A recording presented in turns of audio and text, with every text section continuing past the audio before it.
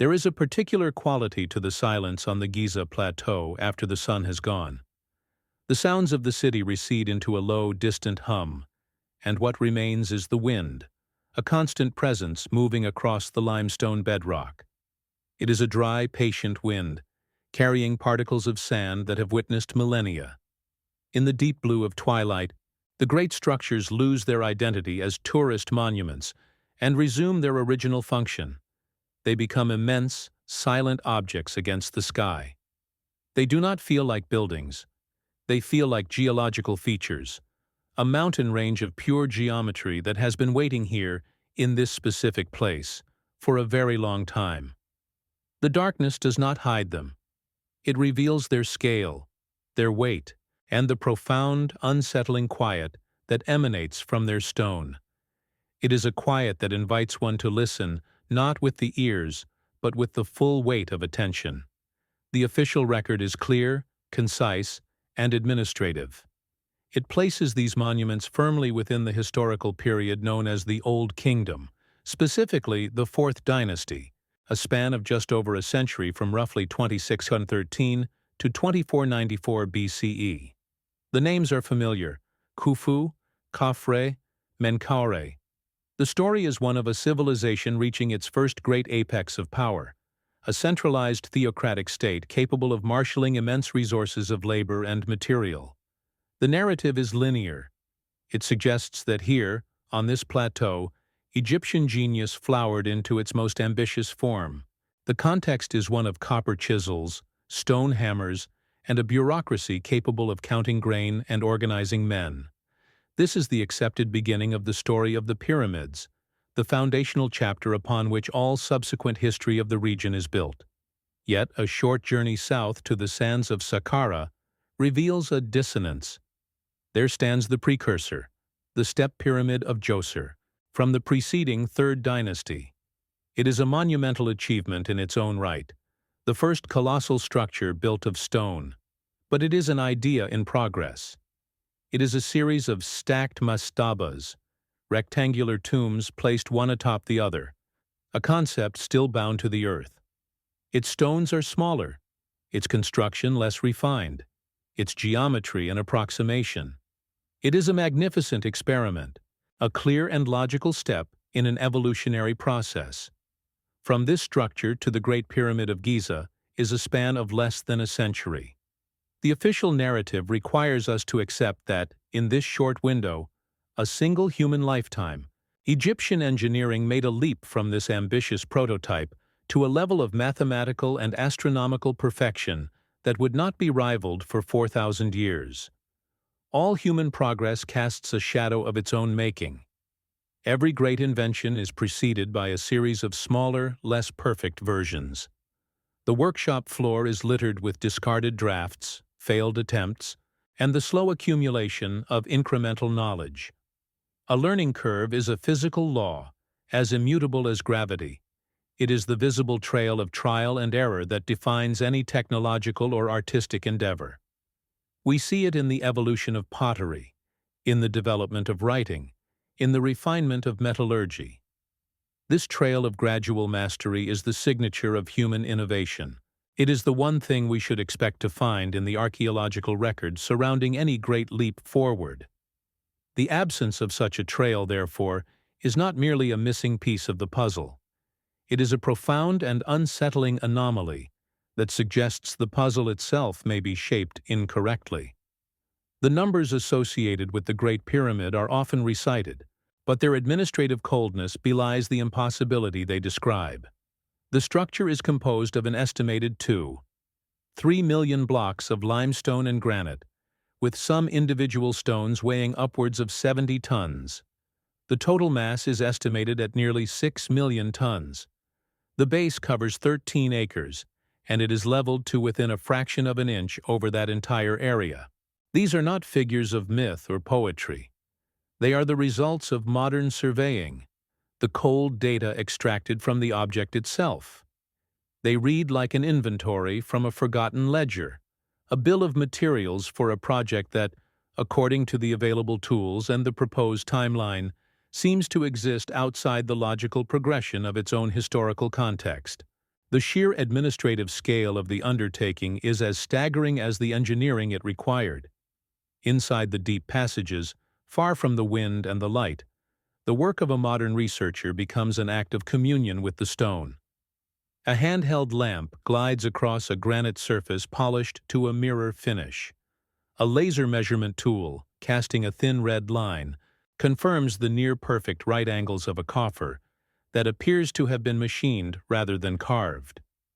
The focus is on the details that are often overlooked, the joinery between multi-ton blocks, so precise that not even a thin blade can be inserted between them. This is not the work of a workforce learning on the job. This is the product of a mature, fully developed system of craft, executed with a consistency and confidence that seems to emerge from a long tradition. But the tradition itself is nowhere to be found in the layers of sand that precede it. The hands of the researcher, brushing away dust, reveal a level of mastery without a clear origin. This precision is not random. It is systemic. It scales from the smallest detail to the grandest design. The entire monument is oriented to true north with an accuracy of within 3/60ths of a degree. This is a feat of geodesy that is difficult to achieve even with modern technology like satellites and lasers. To accomplish it in the 3rd millennium BCE would require a sophisticated understanding of astronomy and a method of translating that celestial knowledge into a physical blueprint on the ground, executed flawlessly across a vast area. The fact of this alignment is not in dispute.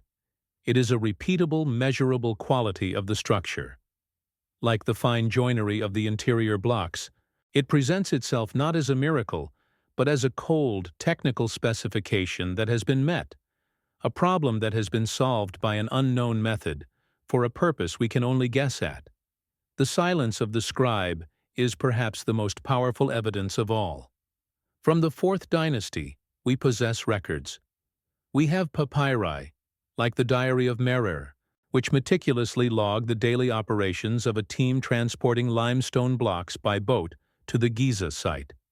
They are fascinating documents, detailing logistics, rations, and the mundane reality of labor. They record the movement of material with bureaucratic precision. Yet in these texts, and in all other contemporary records from the period, there is a complete and total absence of the most critical information. There are no architectural plans, no engineering calculations, no instructional manuals, no mathematical treatises. There is not a single known text from the Old Kingdom that describes how to orient a pyramid to the cardinal points, how to lift 70-ton blocks of granite, or how to achieve the mathematical constants embedded in the structure's very proportions. The scribe records the delivery of the stone, but never the knowledge that shaped it. And so we return to the plateau, under the stars, with the weight of this silence. The wind continues its ancient work, polishing the stone, burying and uncovering the sand. The questions raised are not accusations against the accepted record, but quiet observations that emerge from the evidence itself. The stones do not lie. The erosion patterns do not lie. The mathematical relationships do not lie.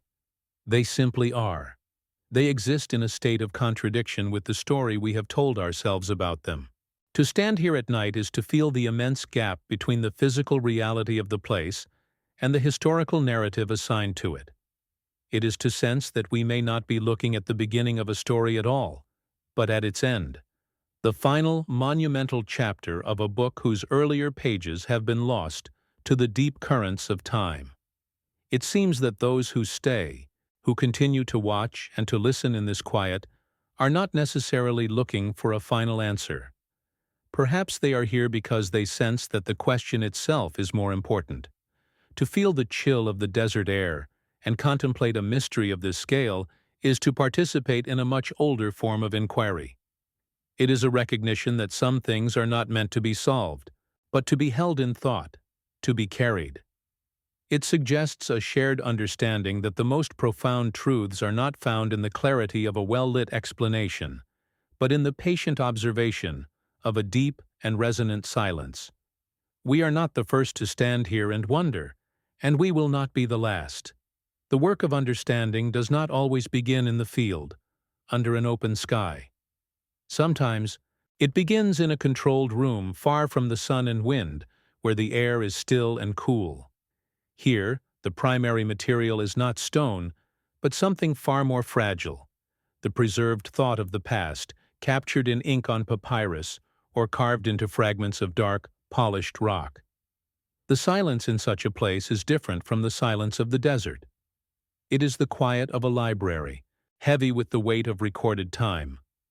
An archive is a tomb for information, and to open a drawer or unroll a scroll is a form of excavation, a careful disturbance of the dead.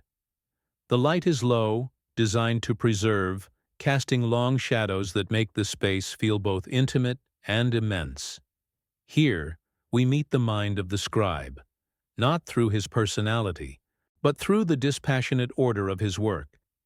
His presence is felt in the repetitive, formulaic nature of the lists he compiled. These were not documents intended for narrative effect or poetic flourish. They were administrative tools, ledgers of the state, designed for internal reference and the preservation of continuity. The scribe's primary virtue was not creativity, but accuracy. His hand was steady, his purpose clear: to record, to count, to name, to ensure that the official memory of the kingdom remained intact and unambiguous. He dealt in the currency of facts as his culture understood them: the reigns of kings, the dates of ceremonies, the inventories of temples, the measure of the Nile's flood. He was the guardian of the state's coherence, the silent architect of its history, and his work carries the unmistakable tone of bureaucratic finality, a world accounted for. One of the earliest and most enigmatic of these accounts is a fragment of a much larger stele, known today as the Palermo stone. It is carved from black basalt, its surface incised with a grid of neat, precise hieroglyphs. It is a royal annals, a year-by-year record of the reigns of the earliest kings of Egypt. For the historical pharaohs, the entries are mundane and predictable: the height of the annual inundation, the celebration of a religious festival, the creation of a particular statue, a military campaign. It is a dry, factual account, the kind of chronicle any organized state would keep. But at the very top of the list, preceding the familiar names of the First Dynasty, is a row of figures wearing the double crown of a unified Egypt, names for which we have no other archaeological context. They are presented as kings, their reigns recorded, yet they exist before the history we recognize begins. The scribe makes no distinction. The tone does not shift. The pre-dynastic rulers are entered into the ledger with the same administrative sobriety as the dynastic ones. There is no preamble to explain their origin, no mythological framing to set them apart. They are simply the first entry in a continuous list. It is as if a modern accounting firm were to begin its annual report with a summary of transactions from the age of myth, using the same formatting and terminology as it uses for the current fiscal quarter. The impossibility of the content is rendered all the more stark by the utter normality of its presentation. The stone does not announce a miracle; it files a report. The scribe's duty was to the integrity of the list, not to the plausibility of its oldest entries. This is not a singular anomaly. It is a recurring feature of the Egyptian state's memory of itself. In another archive, from another millennium, lies a different document: the Turin King List. This is not a public monument of basalt, but a private administrative text of fragile papyrus, written in the cursive hieratic script used for day-to-day record-keeping. It is heavily damaged, crumbling, yet what survives is perhaps the most complete chronology the ancient Egyptians ever compiled. Like the Palermo stone, it is a sequential list of rulers. But here, the scope is far grander, the timeline far more explicit. The scribe who drafted this document was not just recording recent history. He was cataloging the entirety of time as his tradition understood it, from the very beginning.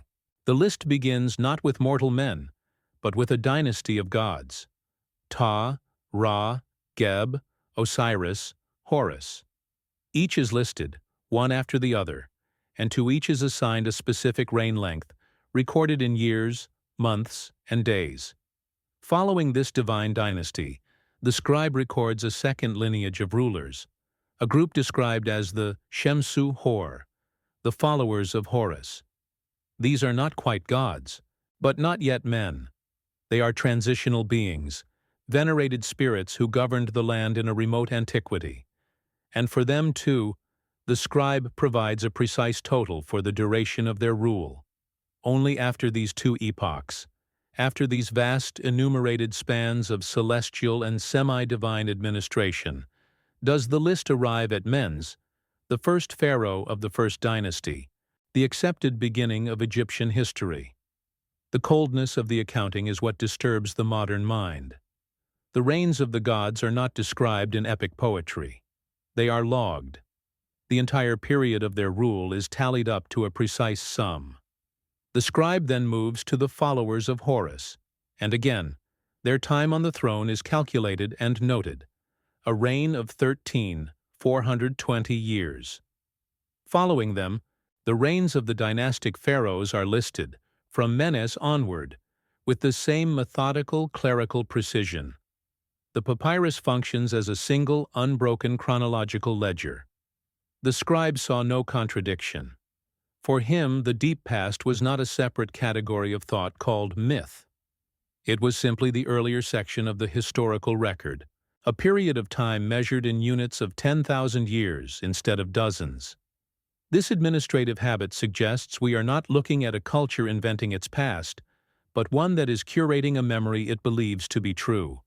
The meticulousness of the record-keeping, the insistence on specific numbers and durations, is the opposite of how myth usually functions. Myths are fluid, symbolic, and morally instructive. This is a spreadsheet. It is a king list. Its primary function is to establish legitimacy through an unbroken chain of succession, stretching back to the ultimate source of order, the first time, or Zep-Tepi. The existence of these documents forces a quiet and profound question. What if the Egyptians' memory of their own antiquity was far longer and far stranger than our reconstruction of it? What if their history did not begin where we have decided it does? The very act of reading these numbers forces a confrontation with a different scale of time. The rhythm of our own lives is measured in days, months, and years. Our history books are comfortable with centuries, perhaps a few millennia. These administrative texts, sitting in the quiet of an archive, speak in a different language of duration. For a moment, consider the time and the place where you are now. The number on a screen, the position of the sun. It is a marker of a human cycle, familiar and contained. The scribe's records point to another measure, a geological or celestial cycle of ages, recorded with the simple pen stroke of a clerk. It is worth pausing to register this difference, this silent gap between the time we inhabit and the time these lists calmly profess to account for. The concept of Zep-Tepi is the context for these immense timelines. It appears in inscriptions, such as the building texts at the Temple of Edfu, which describe the temple's design as being inherited from a sacred book passed down from the age of the gods. This first time was not a chaotic, primordial void.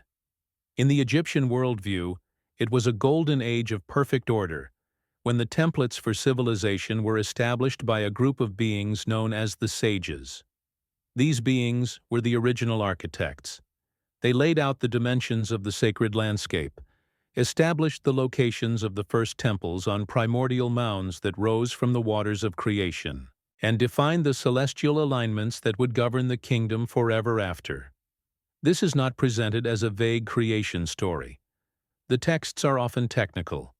They speak of the stretching of the cord, an ancient surveying ceremony for laying out the foundations of a temple. They describe the sacred geometry as a reflection of the geometry of the heavens. The scribe, in these instances, is not a storyteller, but a technical writer, transcribing the specifications of a design that was considered ancient even in his own time. The pharaohs of the historical dynasties were therefore not inventors, but restorers. Their greatest act of piety was to locate these primordial mounds and rebuild the sacred structures according to the original ancient plan. Their work was an act of renewal, not of creation, a constant effort to maintain the perfect order that had been established at the beginning. The implication of this is profound. It suggests that the Egyptians themselves believed their most important cultural and scientific knowledge, in architecture, astronomy, and governance, was not something they developed, but something they inherited. They saw themselves as the custodians of a legacy, a perfect system handed down to them from a remote and superior past. The scribes' lists of pre-dynastic kings and immense reigns were the historical backbone of this worldview. They were the official record of the long chain of transmission, the proof of continuity that connected the present-day pharaoh directly to the original source of cosmic order. The lists were not myth. They were the title deed to civilization itself. When we hold these textual records in one hand and the physical reality of the Giza Plateau in the other, a strange resonance emerges.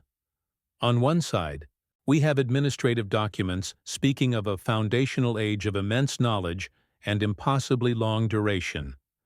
On the other, we have stone structures exhibiting a level of engineering and astronomical precision that appears suddenly, without a clear developmental path. The texts speak of a blueprint inherited from the gods. The stones appear to be the product of just such a blueprint. The scribe did not write about how to build a pyramid because perhaps the knowledge of how to do so was considered part of this same ancient inheritance, a sacred science that was not for general circulation. The silence of the scribe on matters of engineering is therefore not necessarily a sign that the knowledge didn't exist. It may be the opposite. It may be a sign that this knowledge was so foundational, so much a part of the established order passed down from Zep Tepi, that it required no explanation. One does not write a manual on how to breathe. One does not draft a blueprint for the rising of the sun. For the administrative mind of the ancient Egyptian state, the principles of sacred architecture may have been just as fundamental, an assumed truth of the world. The knowledge was simply there, a legacy from the time of the Shemsu Hor, to be applied, not explained. This presents a deep and unsettling challenge to our own sense of history. We have a tendency to view the past as a linear progression, a slow and steady climb from primitive beginnings to our own complex present. The Egyptian records, when read on their own terms, present a completely different model. They speak of a history in reverse, a golden age of supreme knowledge at the beginning, followed by a long, slow decline, a constant struggle to live up to the perfection of a forgotten past. The scribes' lists are a testament to this belief, a meticulous accounting of a world whose greatest achievements were already ancient when the first stone of the first recognized dynasty was laid. The dust motes dance in the single beam of light illuminating the papyrus. The air is still. The figures on the Turin king list are just ink. The names on the Palermo stone are just incisions in rock. They are cold, administrative data. But they describe a version of the past that makes the sudden perfection of Giza feel not like an impossible beginning, but like a logical, though perhaps final, expression of a long and unrecorded tradition. The records do not solve the mystery of the pyramids. They deepen it, by grounding it in the Egyptians' own memory of a time before their time, an epoch of such scale that its history could only be written in the language of gods and measured in the lifetimes of stars. What if the greatest anomaly of the Giza Plateau is not the engineering of the stones, but our own refusal to read the archives that its builders left behind? We have called their histories myth because they do not fit our timeline. We have dismissed their kings as gods because their reigns are too long. In our effort to create a rational, linear history, we may have silenced the scribe, editing his ledger to fit our own assumptions. But the records remain, patient and undisturbed in the quiet of the archive. They wait, not for interpretation, but simply for acknowledgement. The scribe did not write for us. He wrote for his own administration, for the continuity of his own world. His world was one that officially remembered ruling dynasties of gods and spirits, that revered a first time of foundational knowledge, and that saw its own work as a pale reflection of an ancient perfection. The impossible numbers and timelines were not a failure of his reason, but the very framework of it. To stand before these documents is to stand on the edge of a chasm in time, a gap between their memory and ours. And across that gap, the cold, administrative record of an impossible past stares back, silent and unblinking. The quiet of the archive is a universal constant. The smell of aging paper and dry binding glue is the same in Alexandria as it is in London or Baghdad. The work, too, follows a familiar rhythm. A scholar, moving under the low, indirect light, is not merely reading. They are searching for echoes, for the faint resonance between one record and another. The initial disturbance of the Egyptian king lists, their calm accounting of an impossible antiquity, is no longer an isolated event. Once a pattern is seen in one place, the eye begins to recognize its shape in the shadows of other histories, in documents written in different scripts, on different materials, by civilizations that should have had no contact. The investigation ceases to be about a single monument and becomes a study of a recurring planetary memory. The work is slow, a patient collation of fragments. A hand, steady and deliberate, lays out high-resolution photographs on a wide, dark table. On one side, a section of the Turin papyrus, its hieratic script a delicate flowing dance of ink. On the other, a photograph of a clay tablet from ancient Sumer, its surface covered in the dense, wedge-shaped impressions of cuneiform. The researcher is not a linguist in this moment, but a structural analyst. They are looking past the meaning of the individual words to the underlying architecture of the information itself. The air in the room is still, the only sound the soft slide of coated paper on wood. This is an act of comparison, an attempt to see if two separate ancient dreams were dreamed in the same way. The Sumerian document is one of several copies of what is now called the Sumerian King List. Like its Egyptian counterparts, it is a profoundly administrative text. Its purpose was to establish a continuous, unbroken line of royal succession from the present ruler all the way back to the very beginning of kingship. It is not a poem or a myth in the traditional sense. It is a ledger of power. The list begins with the stark, declarative statement. After the kingship descended from heaven, the kingship was in Eridu. It then proceeds to name the first kings, figures who ruled from 5 antediluvian cities before a great flood swept over the land.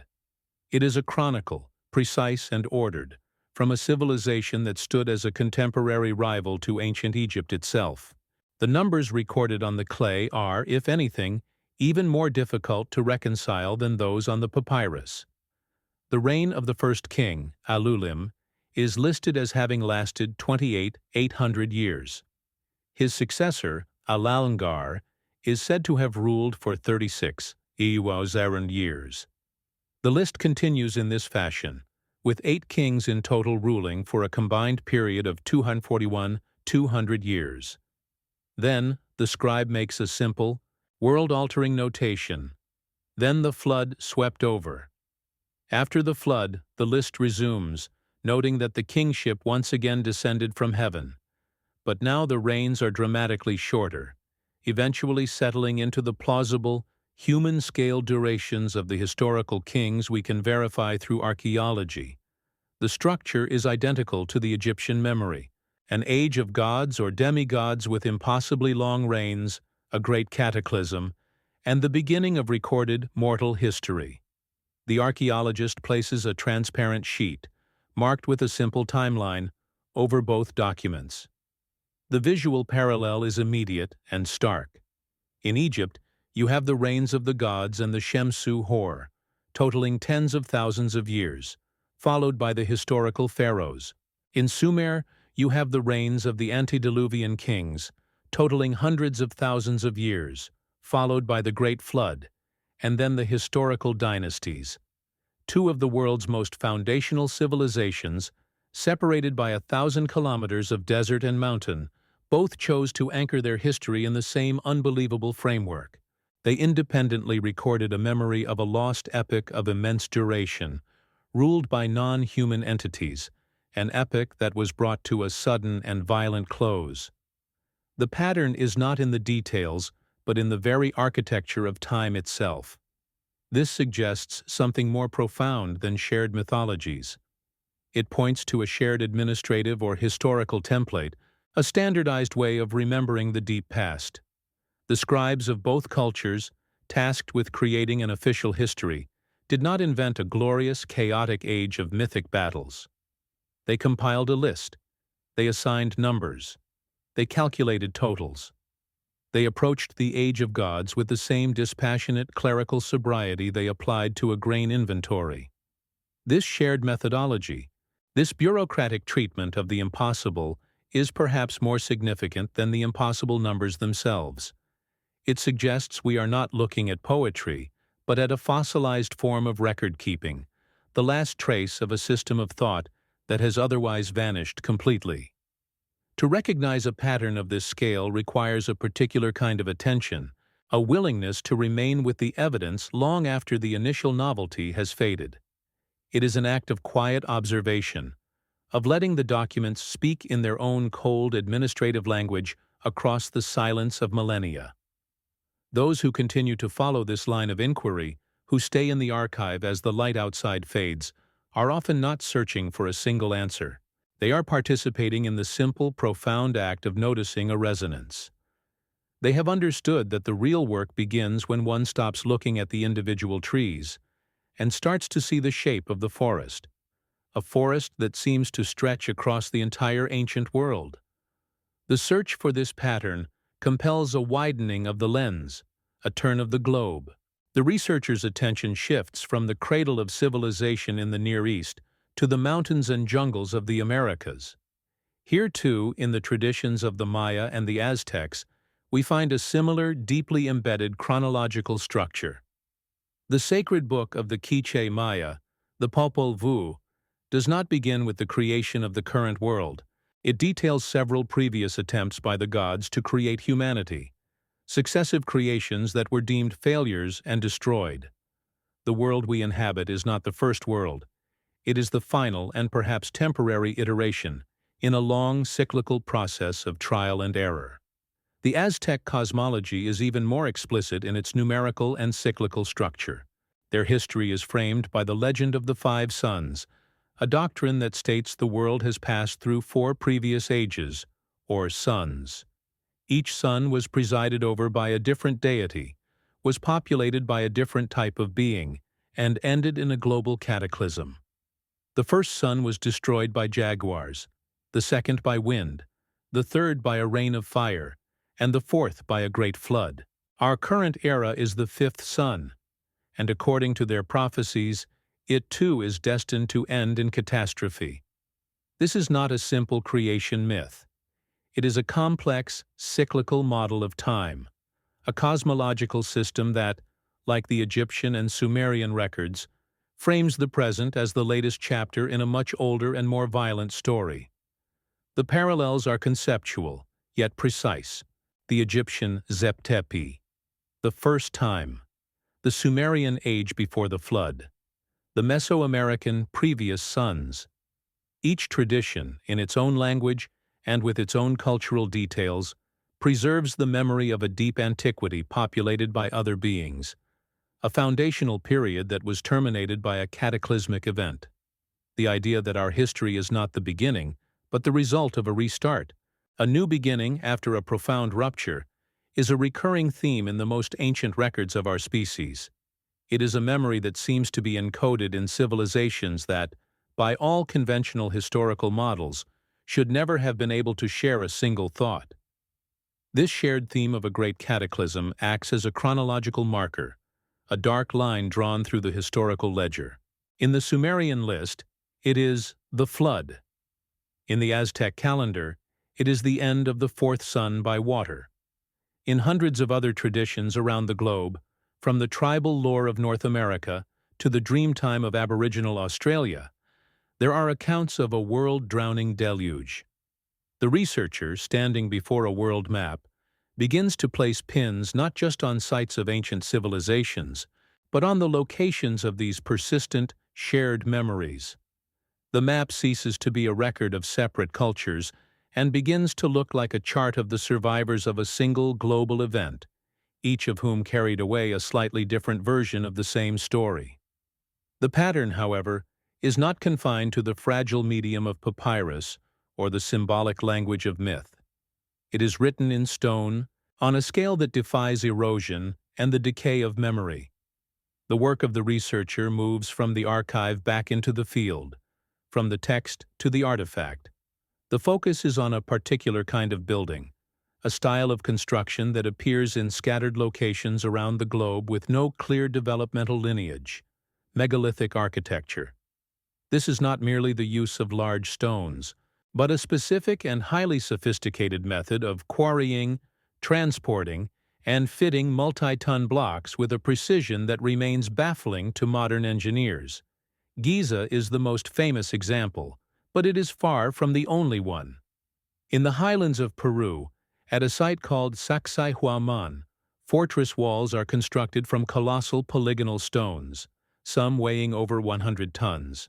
They are fitted together without mortar, their complex, multi-angled joints so precise that a single sheet of paper cannot be inserted between them. This technique is utterly alien to the known architectural style of the Inca, who are credited with its construction. Further south at Pumapunku in Bolivia, we find diorite and andesite blocks, precision-cut into complex, interlocking shapes, with drilled holes and smooth, machined-like surfaces, all accomplished at an altitude of 13,000 feet by a culture that supposedly possessed no writing and no knowledge of the wheel. The researchers' tools are now calipers and laser scanners, their work an act of metrology. The data collected from these sites reveals the same fundamental contradiction seen at Giza.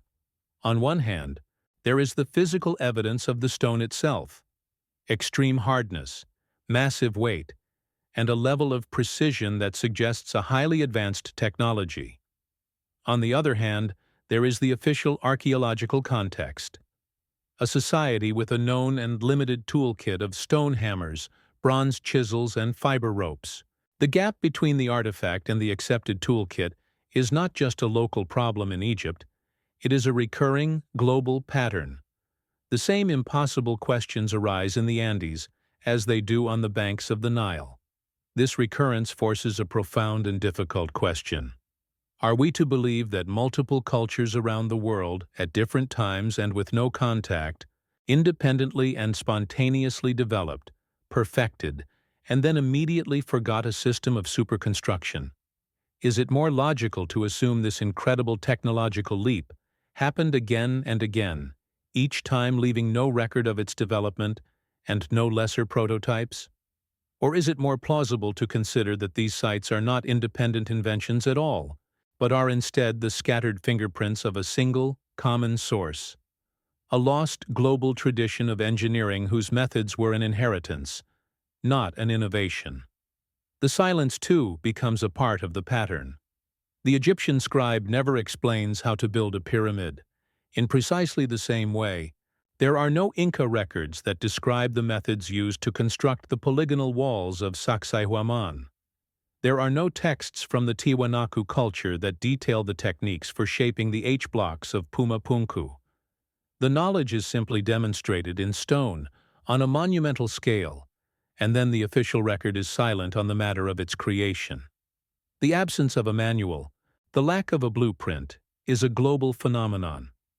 This shared silence is not an absence of evidence, it is evidence of an absence. It is a ghost that haunts not just one archaeological site, but all of them. The pins on the researcher's map now form a constellation of silent megalithic wonders, each one tied to a cultural memory of a prior age and a great cataclysm. The pattern is no longer a simple parallel between two king lists. It is a complex, multi-layered resonance between chronology, geology, architecture, and amnesia. It suggests that the history we have written for ourselves may be only the final, surface layer, a thin crust of soil over the buried foundations of a much older and stranger world. The records of that world are not entirely gone. They persist as numbers in a king list, as cycles in a calendar, and as precisely joined stones in a forgotten wall. All of these records, from the Turin Papyrus to the Popol Vuh, point backward. They do not claim their knowledge as their own invention. They consistently and methodically attribute it to a source, to the predecessors who lived in that first time. The Egyptians called them the Shemsu Hor.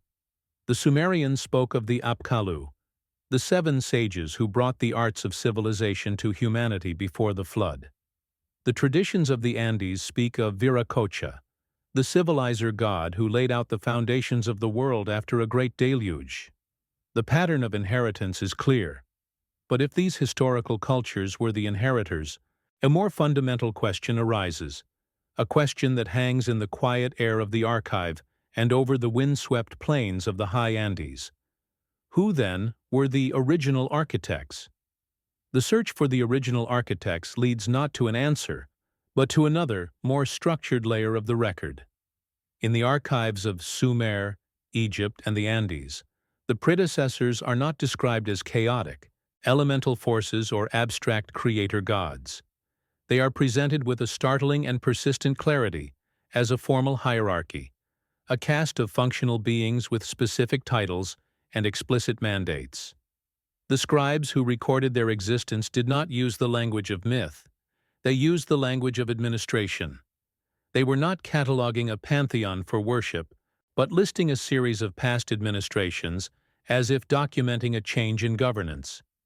These beings appear in the ledgers of history not as symbols, but as functionaries, their roles as defined and compartmentalized as those of any state bureaucracy. In the Mesopotamian tradition, the most ancient texts speak of the Apkallu, a group of 7 sages who emerged from the Persian Gulf in a remote antiquity before the Great Flood. Their function was explicit and technical. They were not gods of war or fertility.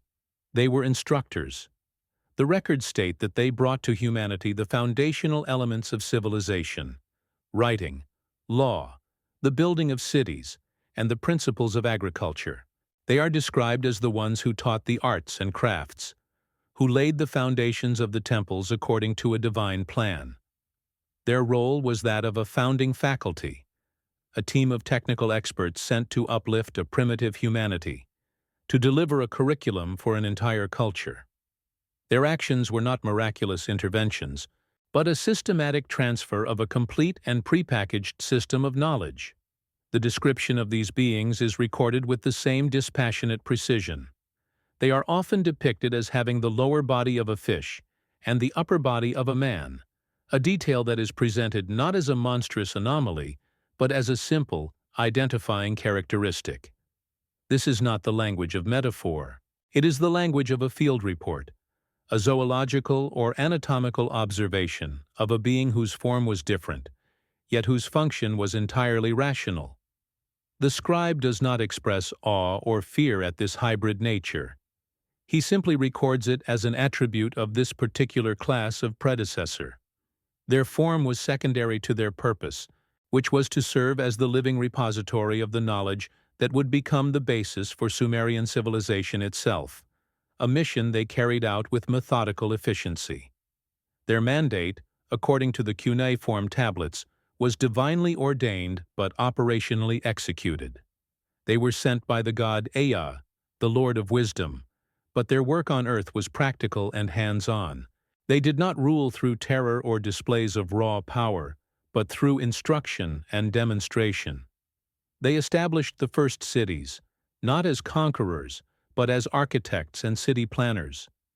They gave humanity laws not as divine commandments from on high, but as a framework for an orderly society. The entire narrative is one of a planned, deliberate civilizing mission, an organized project with clear objectives and a defined scope. The Apkallu were the field agents of this project, the first in a long line of administrators tasked with maintaining a specific world order. In Egypt, we find an almost perfect structural parallel in the figures known as the Shemsu-Hor, the followers of Horus. In the official chronologies like the Turin King list, they occupy the precise same conceptual space as the Apkallu. They are a distinct group of rulers who govern Egypt for a period of thousands of years after the reign of the gods themselves, but before the first mortal pharaoh, Menes. They are not quite gods, and they are not men. They are an intermediary administration, a transitional authority whose existence is recorded as a simple, historical fact by the state's own record keepers. Their placement in the king list is not flagged as mythological. It is presented as the next sequential entry in a continuous ledger of power that began with creation itself.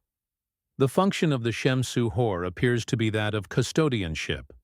They are the guardians of the legacy of the first time, Zep-Tepi. Their role was not to invent civilization, but to maintain the perfect order that had been established by their divine predecessors. They were the administrators of a golden age, ensuring that the sacred sciences, the knowledge of astronomy, sacred geometry, and architecture, were preserved and transmitted correctly. They were the living bridge between the divine source of knowledge and the first human inheritors of that knowledge. Their long reign was a period of stability, a time when the blueprint for Egyptian civilization was held in trust, ready to be passed down to the first dynastic kings who would be tasked with its earthly implementation. This transmission of knowledge was their primary function.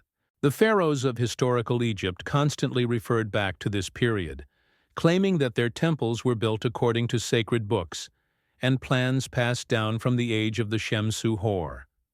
This suggests that the followers of Horus were not just passive rulers, but active teachers.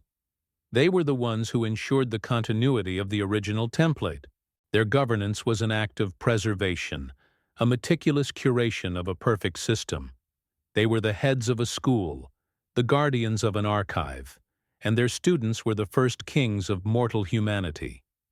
The entire structure of pharaonic power, with its emphasis on cosmic order and the maintenance of tradition, was a direct reflection of the administrative principles established during this long intermediary reign. Once again, the scribe's tone is the most compelling evidence. The Turin King list does not tell stories about the Shemsu-Hor. It does not describe their deeds in epic verse. It simply lists them as a category of ruler and provides a precise calculation for the total duration of their collective reign, 420 years. This is followed by another period of rule by venerable ones before the list finally arrives at Menes. The act of assigning a specific numerical value to their time in power transforms them from a myth into a historical epoch. For the ancient Egyptian administrator, this was not poetry. It was chronology. It was the official, state-sanctioned memory of a period of non-human governance that was an integral and quantifiable part of their history. The mind of the researcher pauses in the quiet of the archive. On the table before them lie two separate records from two of the world's most foundational civilizations. Both records, when traced back to their earliest entries, describe a period of history governed by a non-human agency whose specific function was to teach and to administer the principles of civilization. The names are different. The languages are unrelated, but the administrative structure of the memory is identical.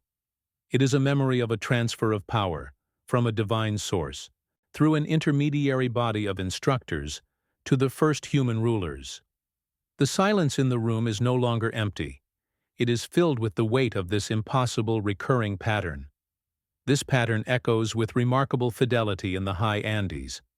Here, the foundational figure is Viracocha, who, in the oldest traditions, is not a creator god in the abstract sense, but a specific agent of reconstruction. The legends state that he appeared at Lake Titicaca in the aftermath of a world-ending flood, a cataclysm that had plunged the world into darkness.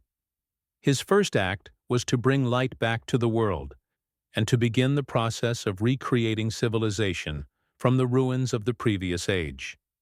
His entire identity is defined by this function. He is the great civilizer, the restorer of order, the teacher who brought the sciences, agriculture, and a code of laws to the survivors of the cataclysm. Crucially, Viracocha did not act alone.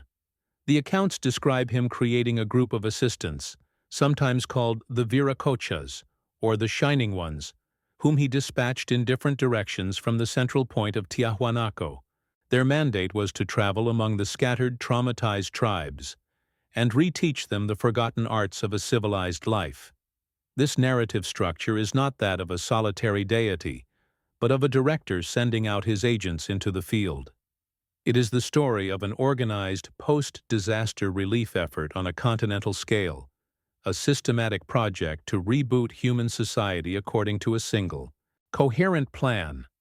Viracocha was the head of an institution, and his companions were its emissaries. The physical description of these civilizers, as recorded by the Spanish chroniclers who heard the stories from the Inca nobility, is consistently specific. They were described as being tall, bearded, and light-skinned, wearing long white robes and carrying a staff and a book or a satchel. This is not the typical imagery of a mountain god or a solar deity. It is the description of a scholar, a surveyor, or a priest, an individual defined by the tools of knowledge and authority they carried. Their appearance set them apart, marking them as outsiders, as members of a different order, whose purpose was not to be worshipped as gods of nature, but to be listened to as teachers of a higher knowledge. We are therefore faced with a single recurring archetype that appears with astonishing consistency across the ancient world.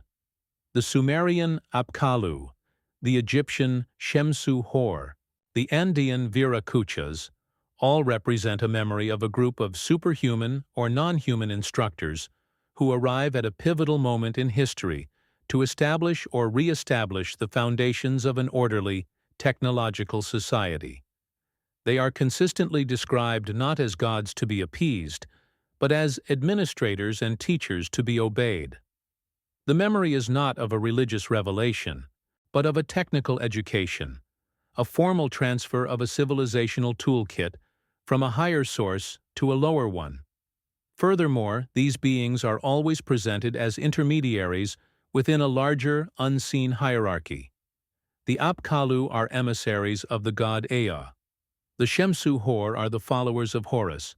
Viracocha acts to fulfill a cosmic destiny that was preordained. They are not the ultimate source of power or knowledge themselves. They are agents carrying out a mission. This suggests that even these powerful, long-lived civilizers were themselves part of a more complex and powerful structure, a chain of command that remains entirely off-stage. They appear in the record as a kind of cosmic middle management, the operational arm of a celestial or ancient authority whose true nature is never revealed. Their mission is always finite. After their work of instruction is complete, they depart. The Apkallu are said to have returned to the waters from which they came. The Shemsu-Hor cede power to the first mortal pharaoh. Viracocha, after his journey of reconstruction is finished, walks west across the waters of the Pacific Ocean, promising that he will one day return. Their presence is a specific, historical phase, not a permanent state of affairs. They are not founders who stay to rule their creations forever. They are specialists, a task force deployed to a primitive world for a specific project, and once that project is complete, they are recalled. Their departure is as methodical as their arrival. Reading the ancient records in this functional, administrative light changes the nature of the inquiry entirely. The others cease to be figures of mythology and become something far more unsettling: the memory of a bureaucracy. The king lists and foundational legends of our earliest civilizations may not be religious texts in the way we understand them. They may be the surviving organizational charts of a lost world order, the last faint echoes of a structured, hierarchical system of planetary governance and knowledge transfer that operated in a deep antiquity. The beings they describe were not gods. They were the agents of a forgotten power, the functionaries of an administration so ancient that its very existence has been erased, leaving behind only the cold administrative titles of its officers. The search for the past is often imagined as an act of discovery, of bringing things into the light. But with time, the inquiry changes. The focus shifts from what is there to what is not. The work becomes a study of absence, an archaeology of the void. The most important clues are no longer found in the artifact itself, but in the silence that surrounds it, in the empty space on the shelf where it should be. The investigation turns from the evidence to the gaps between the evidence. It is in these gaps, these carefully curated silences in the historical record, that the true antagonist of this story finally reveals its face. It is not a force of destruction, but a force of erasure, an invisible hand that has edited the memory of the world, leaving behind a narrative that is coherent, but incomplete. At the Giza Plateau, this absence is a geological fact. The archaeologist's trowel scrapes against the limestone bedrock just meters below the foundations of the great monuments. The layer of the Fourth Dynasty is present, a thin stratum of sand, pottery fragments, and the detritus of a massive construction project. But the layers that should precede it, the layers that would show the slow, incremental development of the required engineering skills, are simply not there. There is no deep and stratified record of a society practicing, failing, and gradually mastering the art of megalithic construction. It is as if the entire plateau was wiped clean, prepared like a fresh canvas, before the final, perfect structures were placed upon it. The learning curve is missing. The crucial chapters of experimentation have been torn from the book of the earth. This is not a passive loss. It feels structural. The bedrock itself, leveled with astonishing precision over 13 acres, tells a story of immense preparatory work. But it offers no biography of the workers or their tools. It is a sterile foundation, a vast, empty stage. The technology required to achieve such a feat did not spring into existence fully formed. It must have been the culmination of a long tradition, a deep reservoir of accumulated knowledge. Yet the tradition has no archaeological footprint. The workshops, the prototypes, the discarded failures, the very things that define a human technological journey, are absent. The silence from the ground beneath the pyramids is as profound as the silence that emanates from the stones themselves. It is the silence of a beginning without a proper start. Nowhere is this silence more deafening than in the case of the Sphinx. For more than 1,000 years after its supposed creation by Khafra in the Fourth Dynasty, this colossal monument effectively vanishes from the Egyptian record. Not a single known text from the Old Kingdom mentions it by name or description. No inscription from the period details its construction, its purpose, or its religious significance. It is the largest monolithic statue on the planet, sitting at the very heart of the most sacred landscape in Egypt, and for 10 centuries of its early life, it is a ghost in its own history. The scribes who meticulously recorded grain inventories and the daily lives of boat crews never once saw fit to mention the 50-meter-tall god-beast staring out across their eastern horizon. This is not a simple gap in the record. It is a void, a structured and sustained amnesia. Imagine the generations of priests and pharaohs who lived and worked in its shadow, who conducted ceremonies on the very plateau it dominates, yet never felt the need to write its name. The silence feels active, a deliberate act of omission. It is as if the monument belonged to a different chapter of reality, a story so old or so alien to the dynastic Egyptians that it could not be integrated into their own official narrative. It was simply there, a feature of the landscape as inexplicable and as fundamental as the bedrock from which it was carved, a silent witness from a time that had no other name. A pause is required to feel the weight of such a silence. It is not an emptiness. It is a presence. It is the quiet of a room after a great truth has been spoken. It is the stillness in the air that follows a question for which there is no answer. History is full of noise, of battles and kings and the rise and fall of empires. But the deepest truths are often found in the intervals, in the long, patient silences where the official story falls away and the earth itself is allowed to speak. To stand before the Sphinx is to stand before 1,000 years of such a silence, a quiet so profound that it becomes a form of evidence in itself, a testament to a history that was not lost, but perhaps set aside. For a moment, in the place you find yourself, simply note the time. Register this interval. In the comments below, leave only that number, a marker of a single, silent moment shared, a small testament against a greater forgetting. This shared act is a recognition that we too live between the records, in the quiet spaces that will one day become the great silences of the future.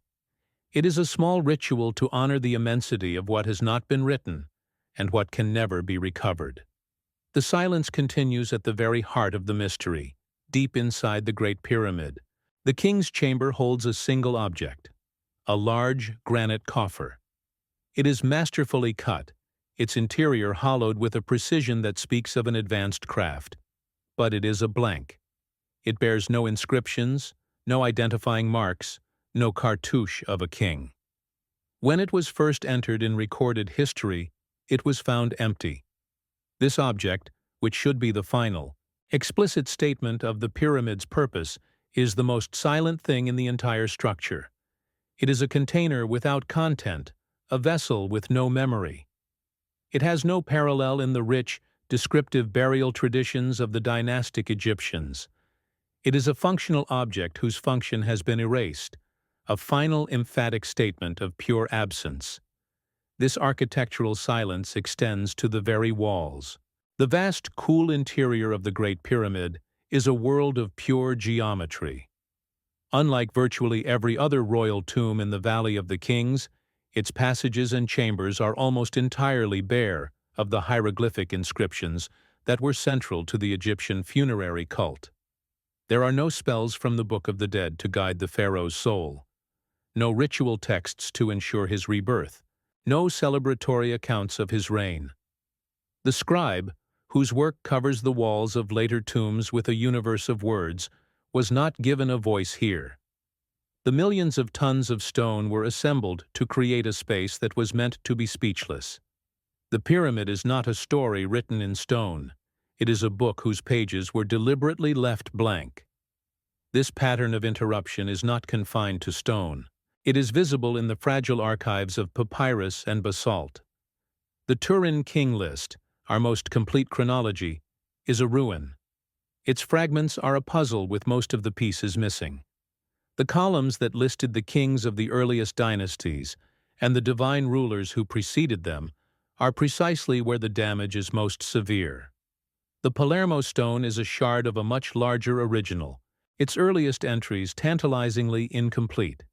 It is as if the antagonist is not just a force of time, but a meticulous editor, one who went back to the master records and physically broke the chain of memory, ensuring that the earliest chapters of the official chronology would remain forever in shadow.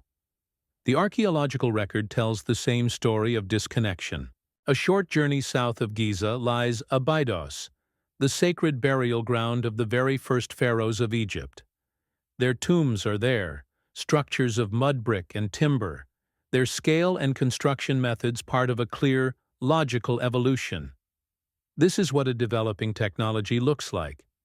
But there is no bridge between the architectural world of Abydos and the one at Giza. A great, unspanned chasm of knowledge and technique separates them. It is as if the two sites belong to two different civilizations that happen to occupy the same stretch of riverbank. The link is missing. The transition is absent. The story of Egyptian architecture is a narrative with a sudden, inexplicable break in the middle. Even the human element is a ghost.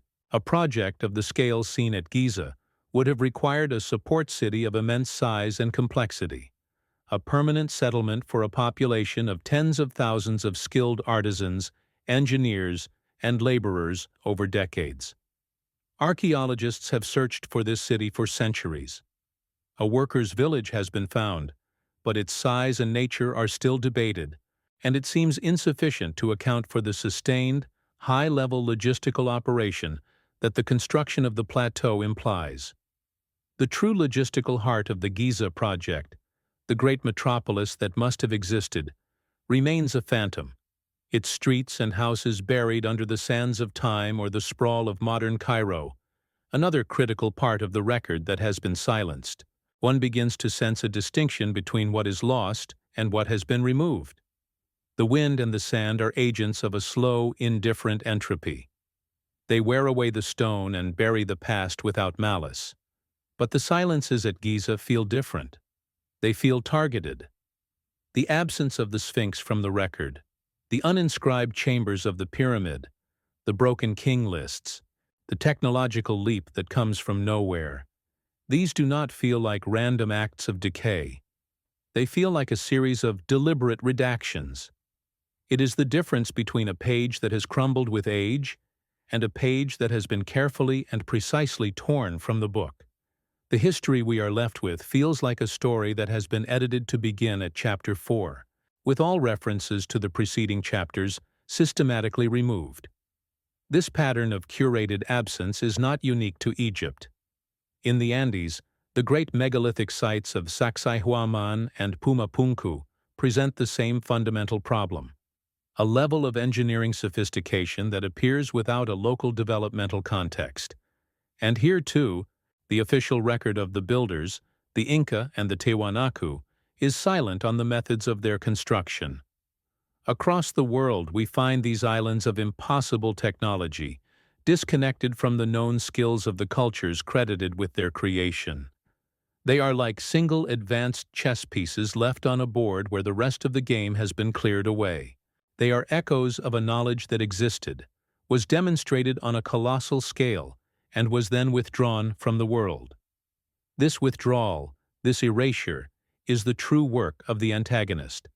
Its method is not violence, but silence. Its goal is not destruction, but the creation of a clean slate, a historical year zero. It seeks to sever the present from a past that is too large, too strange, and too contradictory to be remembered. The history we inherit is the result of this process, a carefully managed narrative built upon the foundations of a much deeper and more complex reality, a reality that has been almost entirely effaced. The silence is the scar tissue that has grown over this profound, ancient wound in the memory of our species.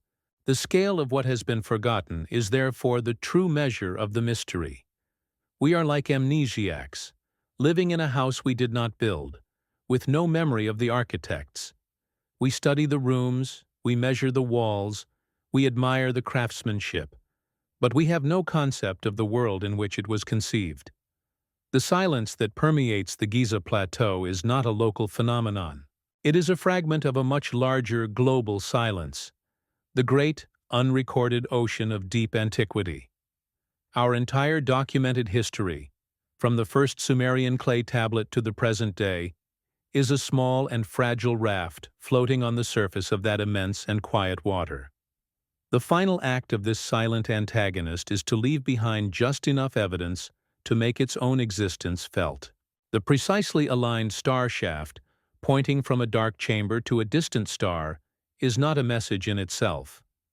It is a marker of the knowledge that is gone. The empty granite coffer is not a failed tomb. It is a perfect symbol of an erased purpose. These are not clues to an answer. They are monuments to the scale of the question. They are the final, lingering signatures of the invisible hand, reminders that the story we have been told is not the whole story, and that the most important parts are the ones that can no longer be read. To stand in the quiet of the archive, with the record spread out under a low, even light, is to see the emergence of a ghost. The pattern is no longer a matter of coincidence. It has become a structure, a recurring architectural form in the memory of our species. From the banks of the Nile to the floodplains of Mesopotamia, from the high peaks of the Andes to the jungles of Central America, the foundational story is the same. It is not a simple myth of creation from a void. It is a detailed, almost administrative memory of a sequence, a prior age of profound knowledge, a world-ending cataclysm, and a painful, guided restart of civilization. The names change, the languages are different, but the blueprint of the memory remains stubbornly, impossibly consistent. It is as if scattered survivors of a great shipwreck all remembered not just the storm, but the design of the ship that was lost.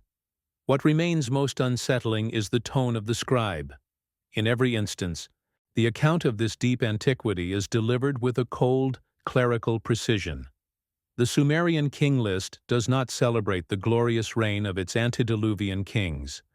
It logs their time in office in precise units of sars and ners, calculating a final sum as if closing a ledger. The Turin Papyrus does not weave a mythology around the Shemsu Hor. It lists them as a past administration and provides a specific number for the duration of their governance. This is not the language of priests composing a faith. It is the language of bureaucrats preserving a record. They speak of an age of gods with the detached sobriety of a modern census taker, and this very coldness makes their testimony all the more difficult to dismiss as mere poetic invention. This textual pattern is mirrored, with eerie fidelity, in the physical world. The global constellation of megalithic sites, Giza, Sacsayhuaman, Tiahuanaco, share more than just the use of enormous stones. They share a specific technological signature, a mastery of stonework that seems to appear from nowhere, achieve a level of precision that is baffling even today, and then vanish from the archaeological record. The impossible joinery of polygonal walls in Peru feels like a direct cousin to the seamless casing stones of the Great Pyramid. They are artifacts of the same mind, products of the same lost science. The pattern in the stone corroborates the pattern in the text, suggesting that the memory and the monuments are two facets of a single, underlying reality, a coherent global system of knowledge that once existed on this planet. If the pattern is real, then its implication is unavoidable. We are not looking at the independent parallel evolution of multiple ancient cultures. We are looking at the scattered descendants of a single common ancestor, a parent civilization. The logic is as simple as it is profound. The alternative, that dozens of disconnected societies spontaneously invented not only the same impossible engineering but also the same bizarre administrative memory of their own prehistory, strains credulity far more than the idea of a lost common source. The evidence does not point to many separate beginnings. It points to one great story that was shattered into fragments, with each ancient culture preserving a single, precious piece of the original manuscript. This forces us to reconsider the very definition of civilization. Our history books are built upon the model of pristine, isolated cradles. Egypt, Sumer, the Indus Valley, China, Mesoamerica. Each is presented as a self-contained experiment, a world unto itself. But the recurring patterns in their deepest memories and their most ambitious constructions suggest this model is incomplete. It may be that these were not cradles at all, but classrooms, places where the survivors of a former age gathered to receive a lesson, to be given the seeds of a new beginning. Civilization, then, would not be an invention that humanity struggled to achieve, but a legacy that it has struggled to remember, a system of knowledge handed down. At the heart of this shared memory is the shared cataclysm. The Great Flood of Sumer, the end of the fourth sun by water in the Aztec calendar, the darkness that fell upon the Andes before the coming of Viracocha. These are not just stories. They are chronological markers. They represent a profound and violent discontinuity in the historical record, a firewall that separates our age from the one that came before. This was not a local flood or a regional disaster. The global persistence of the memory suggests a global event, one of sufficient scale to sever the continuity of a planetary civilization, reducing it to a state of near-total amnesia and forcing a fundamental reboot of human society on a worldwide scale. The world we inherited is a post-apocalyptic one. The figures who appear in the aftermath of this rupture, the Apkallu, The Shemsu Hor, the Viracochas, can now be seen in a new light. They are not creator gods. They are the agents of reconstruction. They are the bearers of a surviving knowledge, the members of a disciplined order tasked with the mission of reseeding civilization among the traumatized, scattered remnants of humanity. Their work is not one of magic, but of education. They bring agriculture, law, architecture, and astronomy not as divine gifts, but as a curriculum. They are the faculty of a forgotten college, the technical specialists of a post-disaster recovery team, operating according to a pre-existing plan to restore a lost world order. Within this framework, the Giza Plateau transforms. It ceases to be the starting point of Egyptian genius and becomes something far more poignant, a final echo. Perhaps the pharaohs of the Fourth Dynasty were not the inventors of this science, but its last and most dedicated students. Perhaps the construction of the Great Pyramids was a final, monumental effort to manifest the knowledge of Zep-Tepi, the first time, before that knowledge faded from the world completely. Giza, then, would not be a tomb for a king, but a library for a forgotten science, a time capsule of sacred geometry and celestial alignment built to endure for eternity. A final, desperate testament to the greatness of the world that had been lost.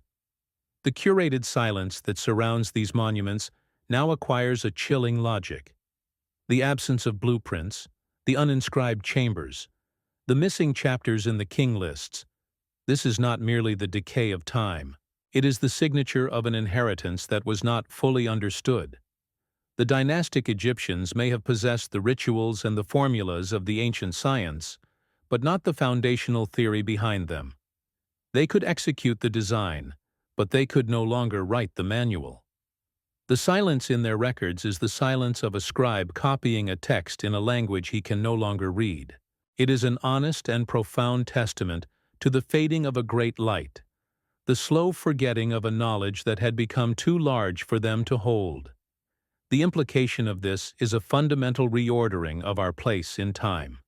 The 6,000 years of recorded history, from the first clay tablets of Sumer to the present moment, may not be the story of humanity's ascent. It may be the story of our recovery. Our entire civilization may be a fragile construct, built upon the deeply buried and forgotten foundations of a predecessor world whose achievements, in some ways, may have equaled or even surpassed our own. We are not the first. We may only be the first to have forgotten that we are not the first. Our celebrated progress may be a slow, painstaking climb back to a height that was once already achieved and then lost. This path of inquiry does not lead to a simple answer.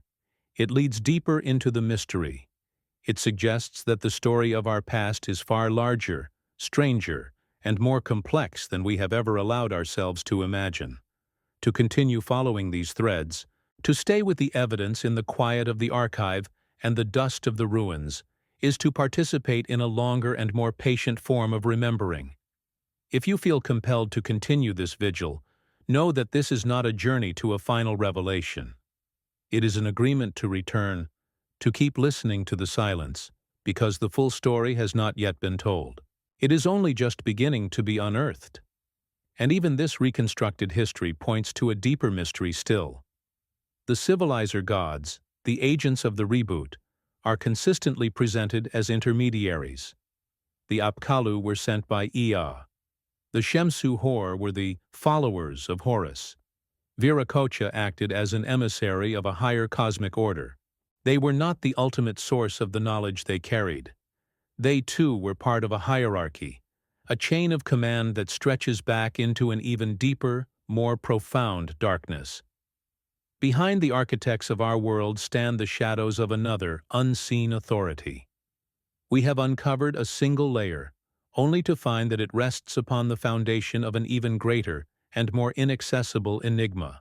What begins as an archaeological question about a group of stone monuments on a desert plateau expands, inevitably, into a planetary story.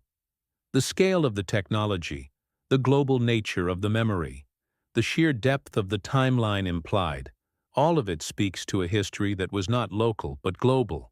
It was a history whose primary actors and greatest events may have been geological or even celestial in nature. Humanity, in this older story, may not have been the protagonist, but a witness, or perhaps a subject, in a drama of cosmic proportions whose opening acts are now almost entirely lost to us. The sky itself may hold more of this history than the ground beneath our feet. The question is no longer, who built the pyramids? That question has become too small for the evidence we now possess. It is like finding a single, perfectly machined gear in the desert and asking only for the name of the mechanic. The context has shifted. The true inquiry is now much larger and far more unsettling. What was the nature of the world that created this technology? What was the scope of its knowledge and the scale of its power? And what kind of event could have erased such a world from the memory of its own descendants so completely that its very existence is now only a whisper in stone and a ghost in the archives? We are left here, on the edge of this immense conceptual cliff. We have walked from a single empty granite box to the precipice of a lost epoch. The world we thought we knew, with its neat timelines and its linear progression, dissolves into a far more vast and mysterious landscape. The quiet that surrounds us now is not the absence of answers. It is the resonant silence of a truth that is far too large to be spoken. A silence that holds the faint, distant echo of a world that was. A world that has been waiting patiently in the shadows of our own history, waiting for the moment when we were finally ready to remember that we had forgotten. The wind does not cease its work. Here, on the plateau, as the last trace of warmth leaves the stone, the air grows sharp and clean. It carries no sound but its own movement, a low and constant whisper that has been the only voice in this place for millennia. The darkness is not an ending. It is a return. The great structures cease to be subjects of study, objects measured and catalogued under a harsh sun. They resume their original posture, their first and truest function. They become watchers, immense and silent figures aligned to a celestial order that is now, finally, visible. The sky above Giza is a deeper archive than any held in a library, its records written in the slow, deliberate script of starlight.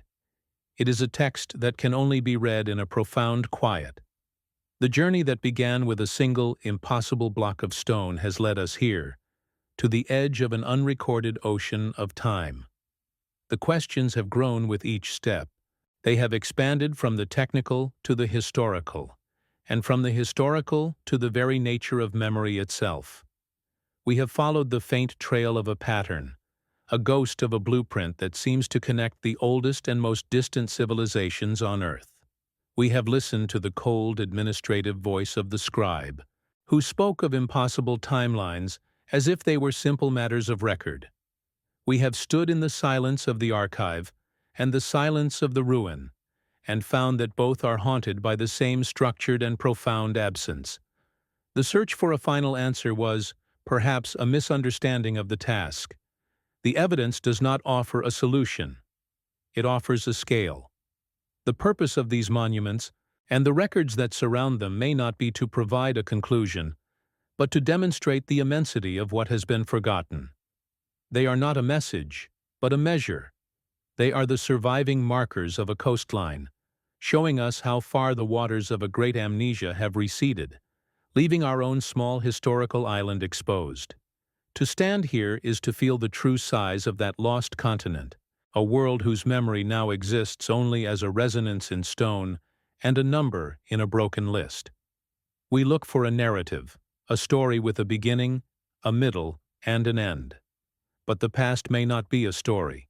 It may be a place, a landscape, buried but not gone, whose geology is still visible if one knows how to look. The Giza Plateau is such a place. It is a point of emergence, where the foundations of that older world break through the thin soil of our own history. The contradictions, the silences, the impossible feats of engineering, these are not flaws in our understanding. They are the authentic features of that deeper landscape, the strange and unfamiliar texture of a world that operated by a different set of rules, a different understanding of time and possibility. The inquiry must eventually fall silent.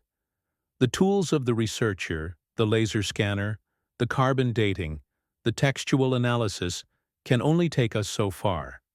They can measure the object, but they cannot measure the meaning that has been lost.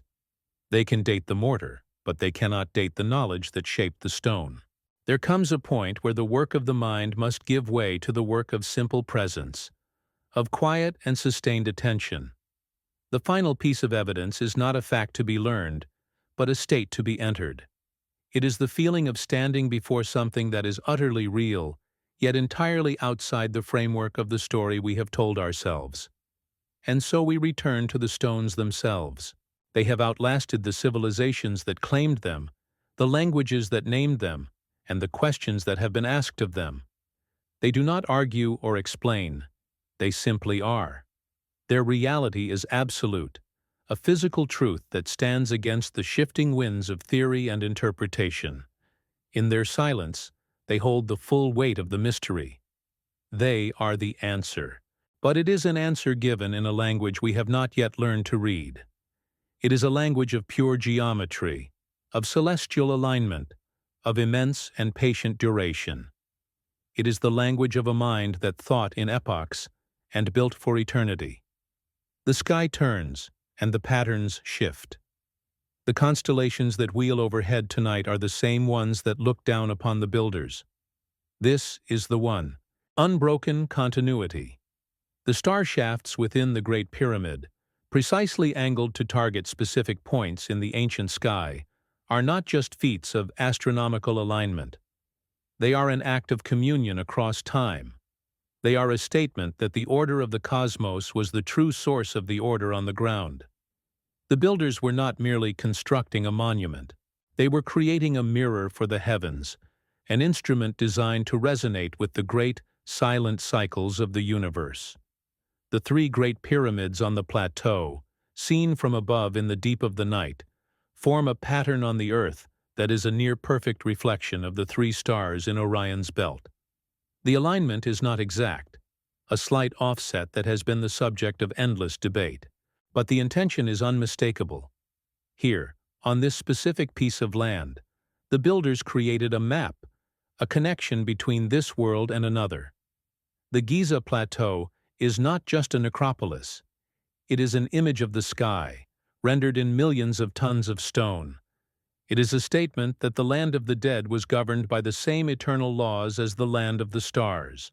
This is the final and most profound revelation of the place. This image does not resolve the mystery. It anchors it. It transforms a historical problem into a philosophical one. The question is no longer simply about who possessed the technology to build these structures.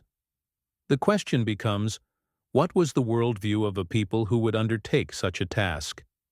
What was their understanding of life, of death, and of humanity's place in the grand, silent architecture of the cosmos? To build a copy of the heavens on earth is an act of immense and quiet confidence, a testament to a faith not in gods to be appeased, but in a universal order to be embodied. The work of the narrator is now complete. To say more would be to diminish what has been shown. The quiet curator must now recede, leaving you alone in the archive, with the evidence laid out before you. The last light is turned off, not to hide the truth, but to allow the deeper patterns to emerge in the darkness. The story does not end here. It is passed on. It now lives in the space of your own contemplation, in the quiet that follows the final word. The responsibility is no longer to listen, but to hold the question. The great silence of the past is not a void. It is a presence. It is filled with the echoes of what was, the faint resonance of a knowledge that has not entirely vanished. To feel this resonance is to participate in an act of remembrance. It is to acknowledge that our history is a far more profound and mysterious thing than we have allowed ourselves to believe. The sand will continue to shift, covering and uncovering the stone. The wind will continue its slow work of erosion.